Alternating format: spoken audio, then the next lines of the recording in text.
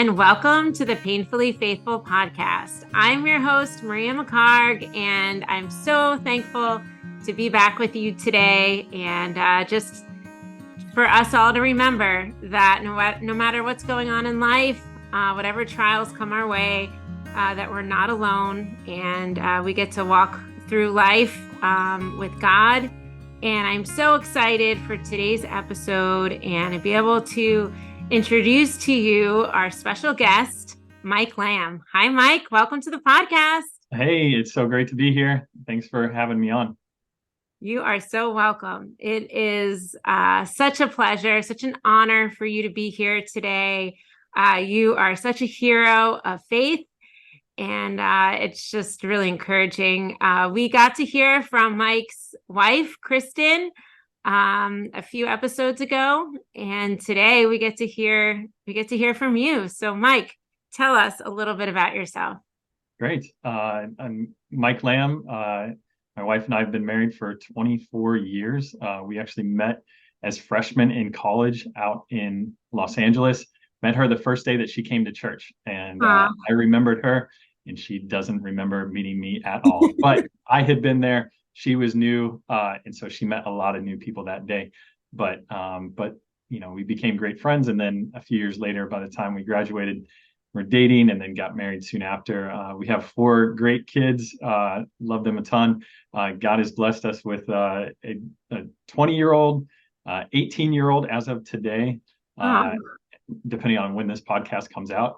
So maybe a few weeks ago or a few years ago, or maybe whatever. And then have a daughter that is 14, and then a son that's 8. So quite a spread there, but we love it.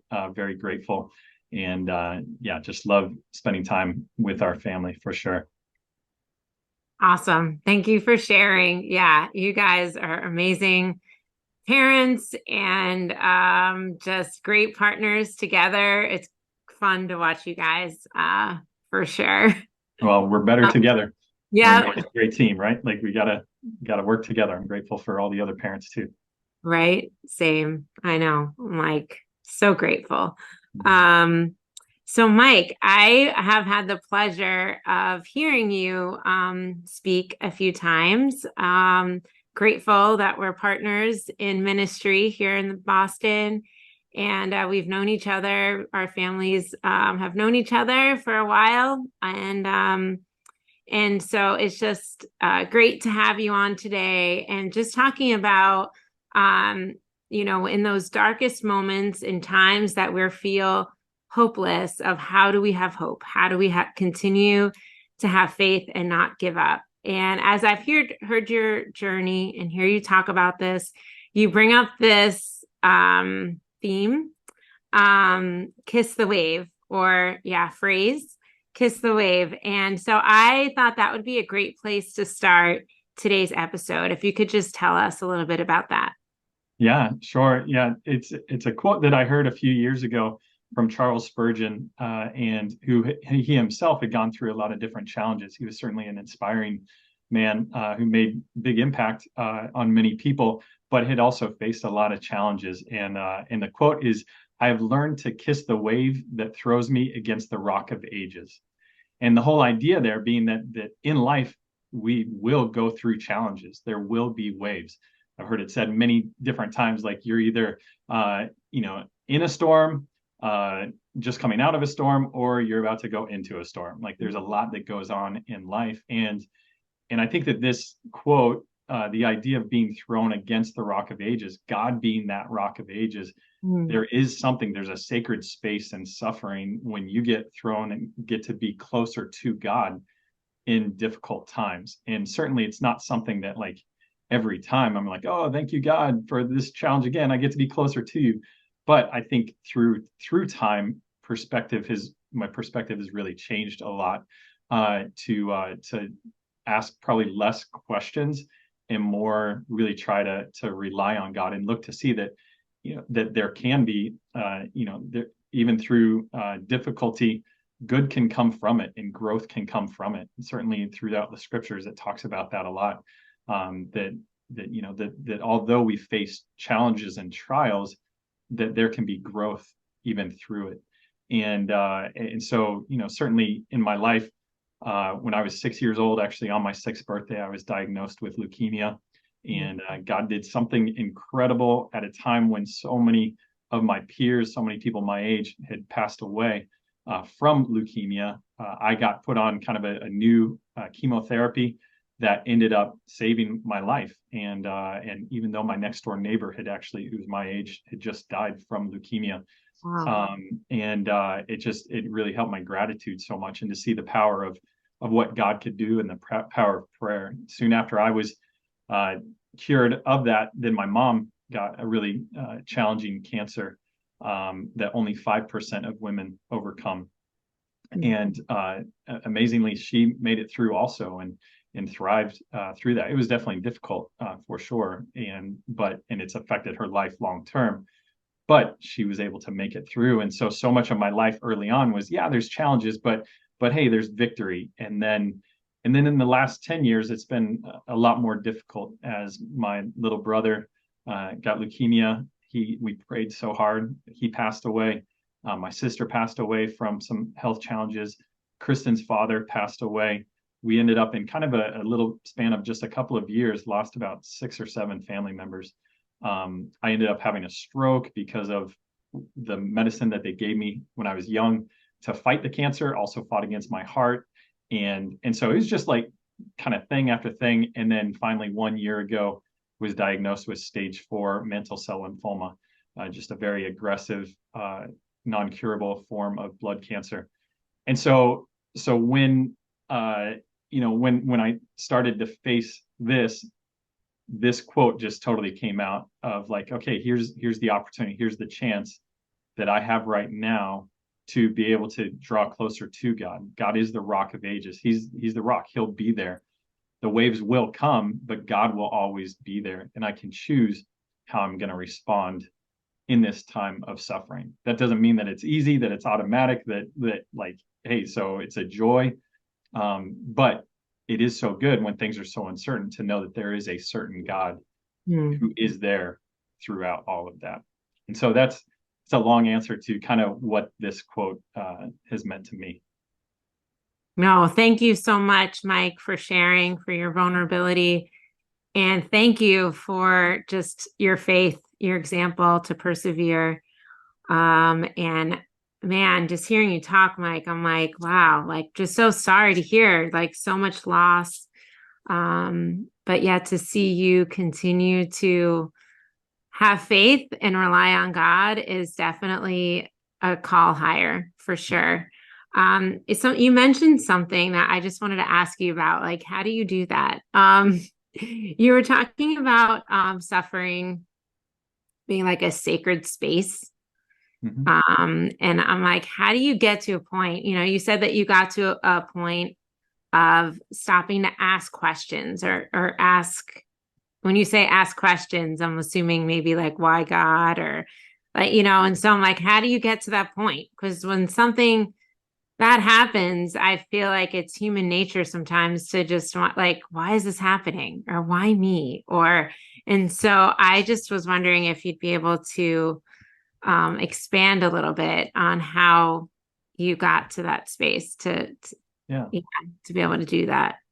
yeah, that's a good question. And by no means do I want to come across as, yeah, so nothing bothers me. There's no Yeah. challenge or whatever by any means. But I do believe that we get to kind of make the choice of, we don't get to make the choice of if we will suffer, but we can choose of how we will suffer and Mm. how we respond.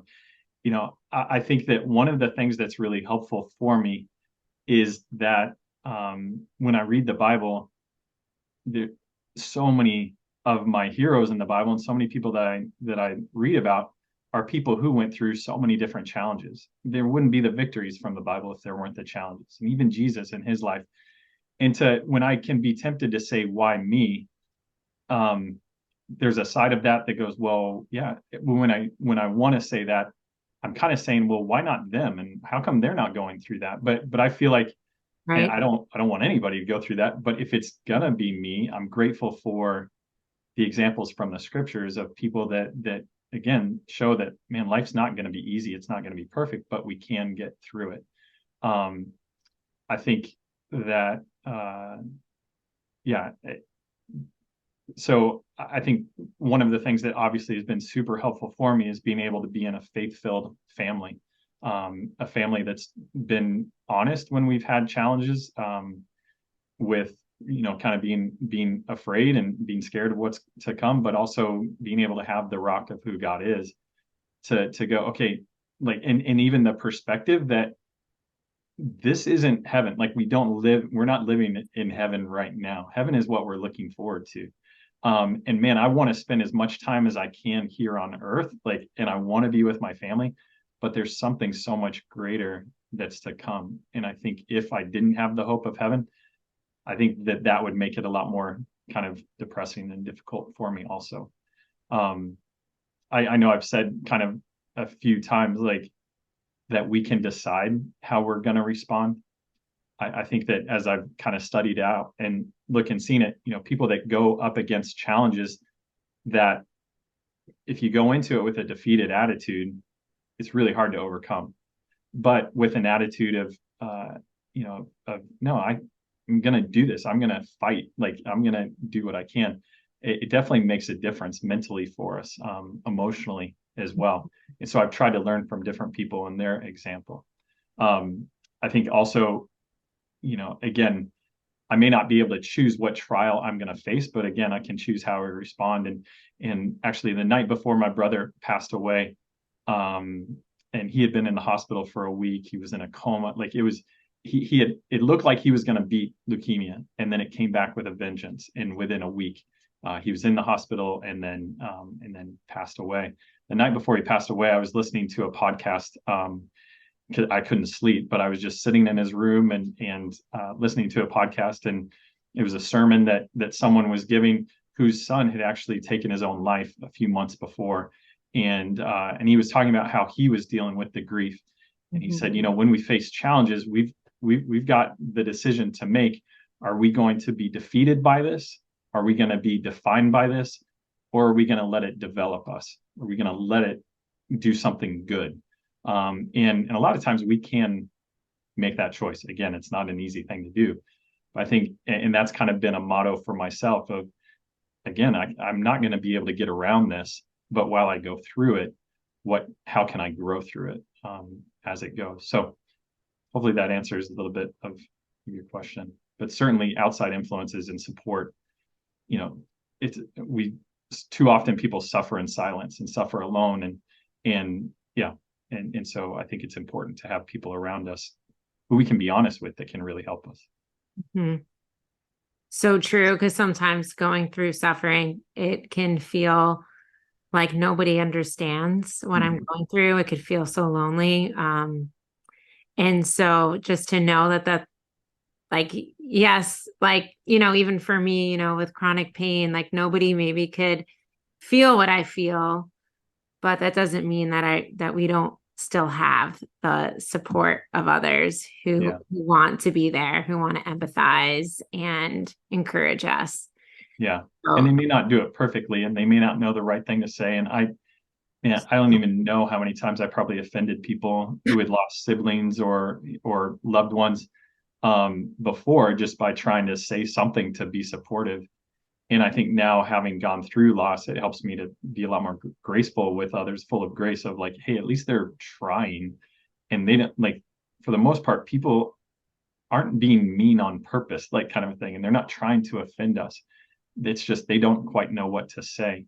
And even though I've gone through some of these things now, I still don't always know what to say. So I think even giving people the benefit of the doubt, because there's already enough challenges going on. And so yeah, giving people the benefit of the doubt of, no, they want to be there with me. They want to be there for me, is super helpful. that's such a good point. So true. Because sometimes it can feel like, what do you say? I don't want to say the wrong thing. So that is helpful, like just being gracious. Yeah. Even as we talk, I think about, then the next day when my brother had passed away, Cash, your husband, was there, at the hospital, and I'm so grateful for him and I knew he didn't know what to say, and he because he said that, but also he didn't know. but he was there and he was present. And I was so grateful for that. That made it helped me feel seen. It felt me feel loved. And in those times, we don't necessarily even need the perfect words, but to know that we're not alone. That's where God is there with us all the time. But then when we can be community with one another too, it means so much. That's so true. Yeah, those are really good points. I think it's very helpful for us to be there for each other during suffering because it's so true. I do remember who was there, Mm. when I was in the hospital. I remember you coming to the emergency room when I was in the hospital. I remember you bringing us a pizza. Yeah, I was like, I don't know if you remember that, but I guess. the way to our hearts is food in this house. So Ash and I were always so thankful for those things. But no, it's so true. Just about showing up Yeah. is so important. The Um, uh the when sorry to no, go uh ahead. Go for it. hijacking or whatever, but when I first was diagnosed a year ago, it was really and when we kind of made it public, the first person that came over kind of just said, "Hey, I'm coming over," and just to kind of be there with you, which I was really grateful for. And he brought oyster crackers and like 3 beers, and I was like, "Hey, man, like number one, I don't really drink alcohol. I don't really like the taste of it. I don't like the taste of coffee. Like there are different things like that. Yep. And oyster crackers, I'm like, all right, that's an interesting combination. But what was translated even more is he wants to be there for me, and I'm not alone. And I think that that's so important for those of us that do suffer to have grace on those around us. I know that, like, Mike, how can you talk to someone who's going through a difficult time and like challenge them or whatever? Like, I think but it's important for us to remember that it's really hard for others to help us when they feel like they're walking on eggshells or whatever. But the heart is, I want to do something for you, and I'm so grateful for that. Hmm. Yep, that's so good. You also mentioned just talking about like how we can choose how we respond. So I really like that, just remembering that we don't have to let these waves, these storms of life just happen to us.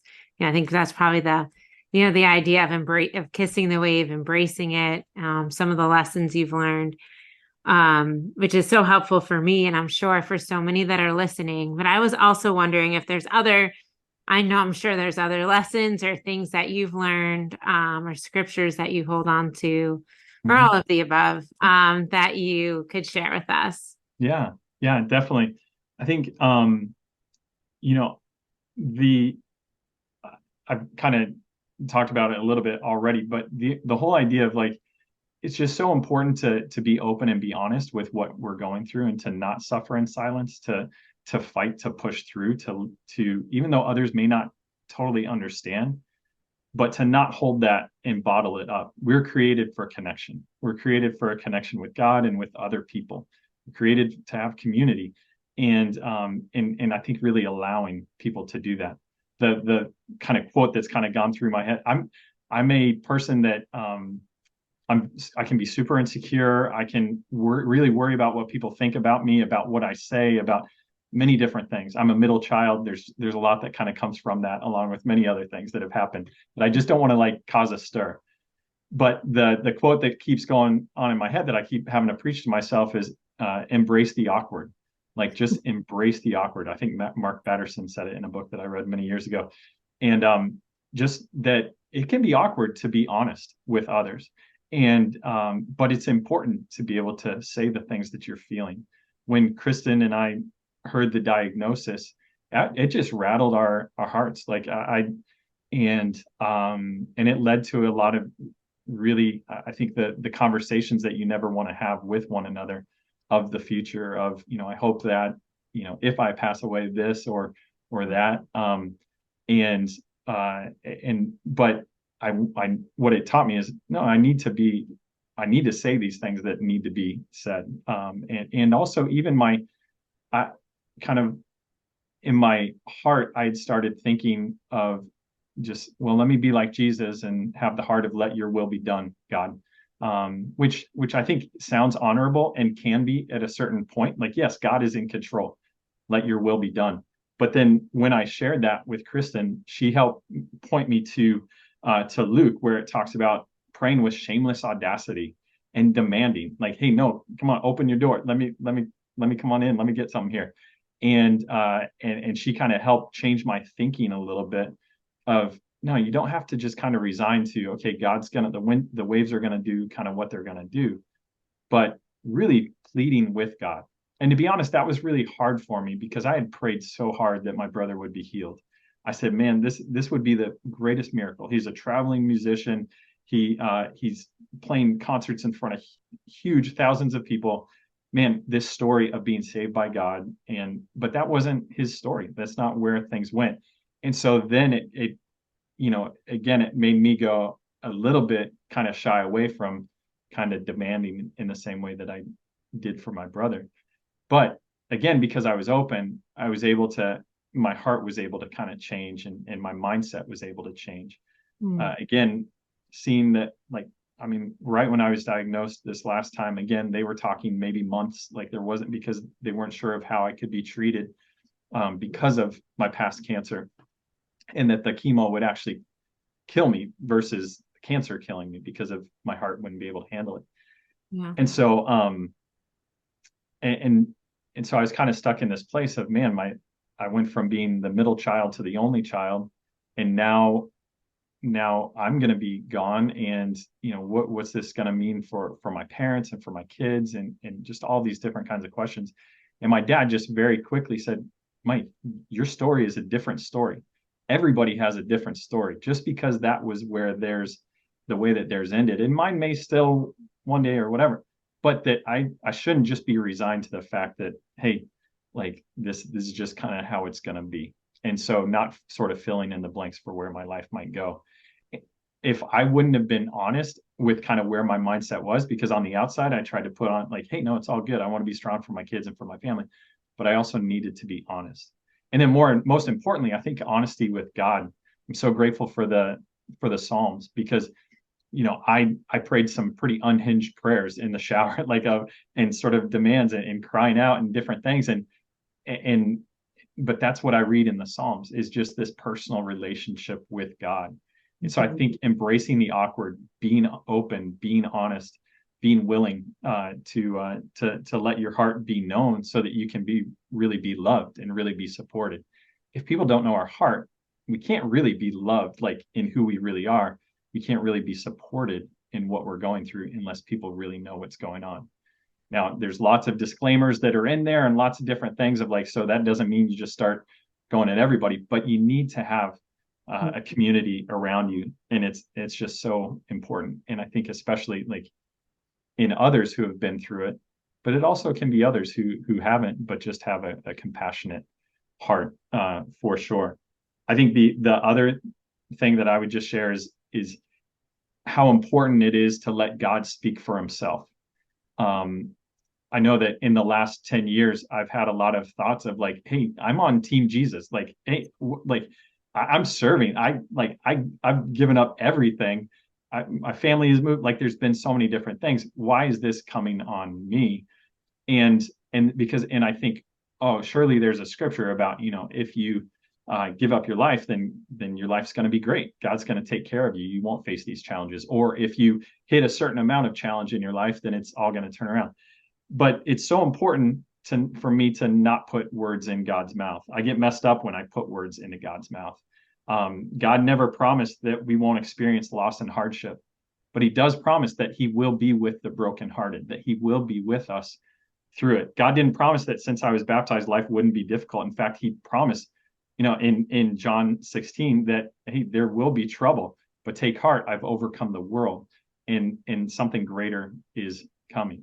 I think when things start to happen that we don't understand, it's so important for us to dwell on God's character rather than becoming like adversaries with him. What is God's character? Who is God? What's his character all about? It's about love. It's about being there. It's not about removing us from challenges. Shadrach, Meshach, and Abednego weren't removed from that. Daniel wasn't removed from that. Esther wasn't removed from that. Noah wasn't removed from that. Jesus wasn't removed from that.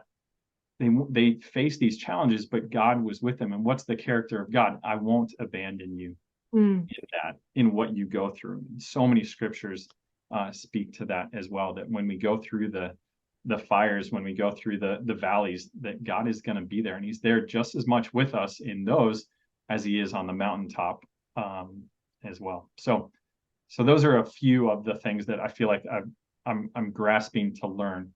This whole idea of even embracing the awkward, like what I think about right now, it's almost a year ago since I was diagnosed, is am I just as passionate about being open with my life and what I go through as I was a year ago when I thought I might be dying like in the next couple of months? Or, am I still as open with how much I love and making sure to express that to those who I really love and care about? Do I still have that same heart? Which is a whole nother podcast of like, okay, so how do you deal with it once you're kind of on the other side? Which none of us are ever kind of on the other side, but um, anyways, but those are some of my thoughts there.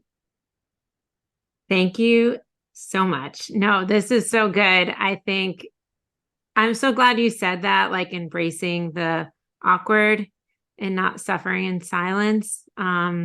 It's so hard because to not isolate when suffering happens, Yeah. and you just feel like, I don't know what to say when somebody asks me how I'm doing, Mhm. and I'm like, do I just keep saying the same thing? Do like my immediate response is I want to say good, but like sometimes it's not good, Yeah. you know? Yeah. Yeah. Sometimes it's like, oh, but you look better. You look like you're healed now. Like it's Yeah. so hard. Like, do you go into the details or you just say, yeah, like, it's so hard. So just to embrace the awkward, but you did say, which is key, like, having those few that are trusted, but it's helpful. I think for me, what I took from what you were saying, because I can definitely struggle with that, is just this idea of like, we were made for connection and community. Like, we're made to support one another. And so just thinking that, like, I don't want to deny that by keeping it to myself. Yeah. In the Yeah. heart. And when we Yeah. do, like, we don't allow the scriptures to happen of rejoicing with one another when we rejoice, and to mourn with those who mourn. When we keep it to ourselves, we don't give people the opportunity to live that scripture out. And so it's a way of even serving them, also, and helping them know that when they go through challenges, like by saying, no, things kind of stink right now, or things are kind of rough, but I'm here, like, and I'm moving. I think that also gives people hope that, oh, okay, they don't have to be robotic in going through things. Or if they feel True. stuff too much, that, oh, see, I'm a sinner and I'm lost, and oh, what's wrong with me, kind of thing. But just being honest, yeah, hey, this stinks, but I'm gonna smile. I'm gonna keep taking a step forward. I'm gonna keep going. I think that can be a great way of serving others also. Good point. I'm thinking like, like I could show up even when it stinks. Yeah. And you do, right? Like, and so, but and I know, like, yeah, you do, and so many other people do too. And it's okay to go, yeah, no, I'm in a lot of pain, but hey, let's not, like, it's not, that's not the end of things right here. Like, Hmm. all right, like, yeah, just being honest. Hmm. That's so good. I love that a lot. Thank you so much for sharing. It's been such an honor to have you on today. I know it's been so helpful. I know it's going to be helpful to so many. I was wondering, you mentioned praying unhinged prayers. Hmm. And I was wondering if you had a favorite psalm, which that might be hard to say just one. And I'm totally putting you on the spot, but I love the Psalms. I think for that reason, there's a lot of times I read things and I'm like, it's okay to say that out loud. Like, Right. Yeah. it's okay to say that. So I was curious if there was a favorite of yours, or one that's just been helpful in having those unhinged prayers with audacity, I think you said. Yeah. Yeah. Yeah. No, to be honest, like, I believe it's Psalm 51 is super helpful of when David's been confronted with his sin, and and you kind of see a heart change go through with him. He's just like super honest, and to see it kind of be worked through, that gives me hope that my heart can, it doesn't have to stay where it starts, but it can, I can kind of work through things, and God can hear things. I think just again, something that really helps, Psalm 103, that God is compassionate and gracious and abounding in love, like that's helpful for me, that compassionate people are willing to hear what's hard, and so that God is willing to do that, and so those are a couple of the things that really help me in particular. Yeah, no, but there are definitely some of those psalms. I would say I haven't memorized the ones that Mhm. I go, oh snap, you said that, like, but I know they're in there, like, and but I choose to remember the ones that again go back to God's character, although that certainly Right. does go to God's character, Right. because God can take it, he can handle it, and so yeah, yeah, Yeah, um I can read that and feel like validated. Like, yeah, okay.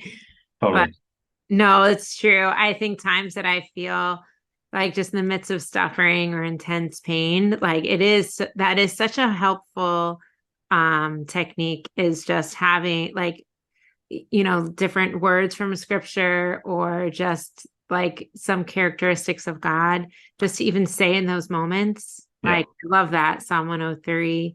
God is compassionate, abounding in love. Like, ooh, I could hold on to that. I could say yeah, that in a weak moment. yeah, totally, even if it doesn't feel like it in the moment. Or for me, there are lots of different prayers like that when I have really weak veins, and so I rarely get poked one time. And Mm, there's a lot of prayer that goes on, like kind of during those times of like, okay, God's not torturing me here. Like I have a broken body, like because it's I'm on earth, like kind of thing, on this side of heaven. This is what it's going to be like, but heaven's going to be incredible. It's going to be so different from this. And God is compassionate and gracious. He's here with me through it all, for sure. so good, so helpful. Mike, this has been amazing. I'm like, one more thing. But no, as we wrap up, if I was just wondering if you had, for anyone that's listening and just wrestling with showing up, had Hmm. any final words of encouragement for that person who's fighting that fight to want to give up? Hmm. That's deep. If Yeah, it is. Yeah. So I think the sorry, let me just clarify. So for someone to step into someone else's life, or to allow others to come into their life? To allow others into your life. Cool. Great. Great. Mhm. Yeah. I think that, again, just the whole idea that to, I think Jesus is such a great example. If anybody could have done it on their own, it was Jesus. But when Jesus was at the most challenging time of his life, what did he do? He went with his brothers, and he went out and they prayed. What did his brothers do? They fell asleep. Like, and they weren't perfect, Right. but he allowed them to come along with him and came back to them, and stuff. And then even on the cross, I might have the temptation of, man, I'm gonna suffer up here by myself, and see what you guys did. You could have saved me from this. You could have done this, or you could have helped me a little bit more. But yet, what does he do? He looks out for his mom, and he looks out for others, and is serving others even in his greatest time of suffering. And I think if Jesus, like, did Jesus need community? Well, Jesus was community because he's Father, Son, and Holy Spirit, like kind of there together.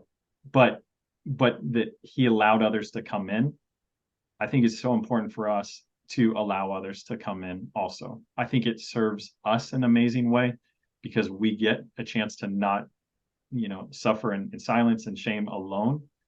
But again, it's even a great way of serving others, where they can see challenge, and it allows them to be able to grow also. And so I think just really thinking through, how can I follow Christ's example as I'm going through this.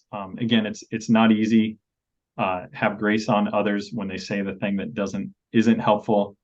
I think if it's a helpful time and place, you can say that to them, like, hey, saying like, well, at least it wasn't this, or at least it wasn't that. Like, you can help them by responding in a loving way, so that maybe you can help the next person that they might have said it to, like kind of a thing.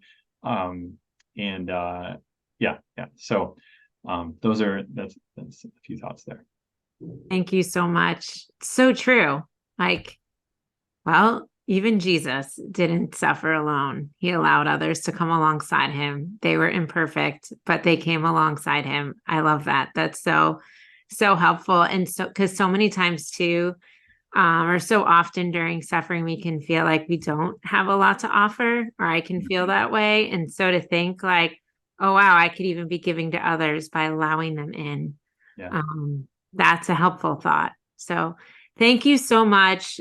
This has been so amazing. I said at the beginning, but your faith, your example, your heart to persevere and not give up through the storms that continue to come your way. I'm so thankful, so heroic.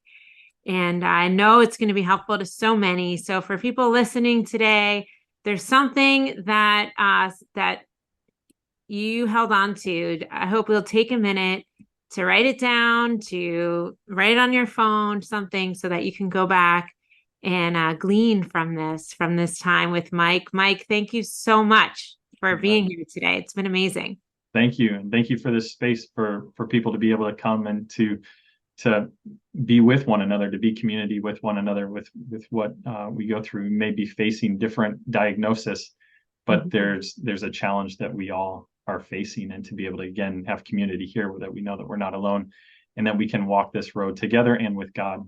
Thank you for creating this. Absolutely. I'm so thankful for it. And I'm so thankful for all of you that have been listening and supporting the podcast. I continue to pray for this space and for this time. And as always, please like, share, subscribe. If there's anyone you thought of, please pass the love along and share it with them. And as always, just thank you for listening. And until next time, bye. Bye. Thank you.